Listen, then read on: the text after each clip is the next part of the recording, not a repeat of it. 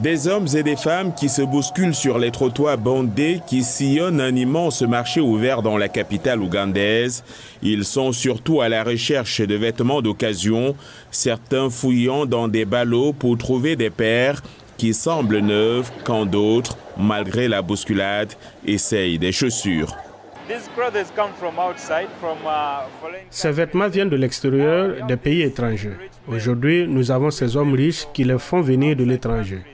Lorsqu'ils les amènent ici, nous allons les acheter petite quantité pour pouvoir les vendre à bas prix à nos clients.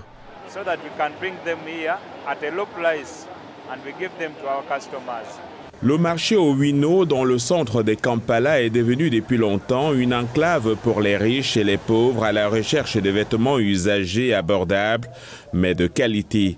Ces vêtements sont généralement offerts ou jetés par les Européens et les Américains, puis expédiés dans les pays africains par des intermédiaires et revendus à bas prix.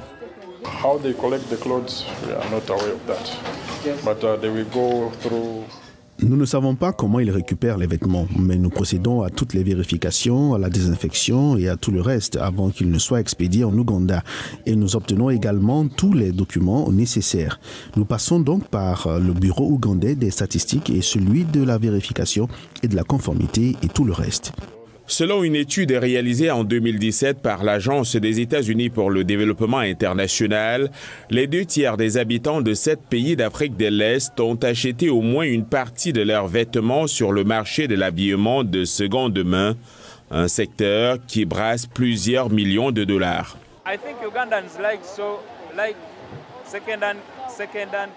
Je pense que les Ougandais aiment les vêtements d'occasion parce qu'ils sont moins chers que les vêtements neufs. Je pense que c'est le point essentiel car, par exemple, lorsque vous entrez dans le marché de Owino, même si quelqu'un a 2000 shillings, moins $1, cette personne peut repartir avec des vêtements.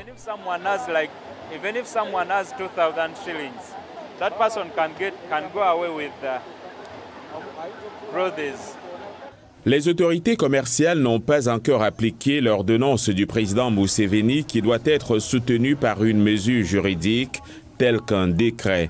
Bien plus, s'il était appliqué, l'ordre du président serait synonyme de désastre pour certains commerçants. Je perdrai mon emploi. Je n'aurai plus d'emploi. Je devrais trouver autre chose. Parce que c'est ici que je me nourris, je vends ces vêtements aux mannequins. Nous travaillons avec une agence de mannequins et c'est comme ça que nous restons en contact. S'ils aiment mes affaires, que je vienne chercher ici à la friperie, ils me donneront de l'argent à la fin de la journée pour aller en acheter d'autres.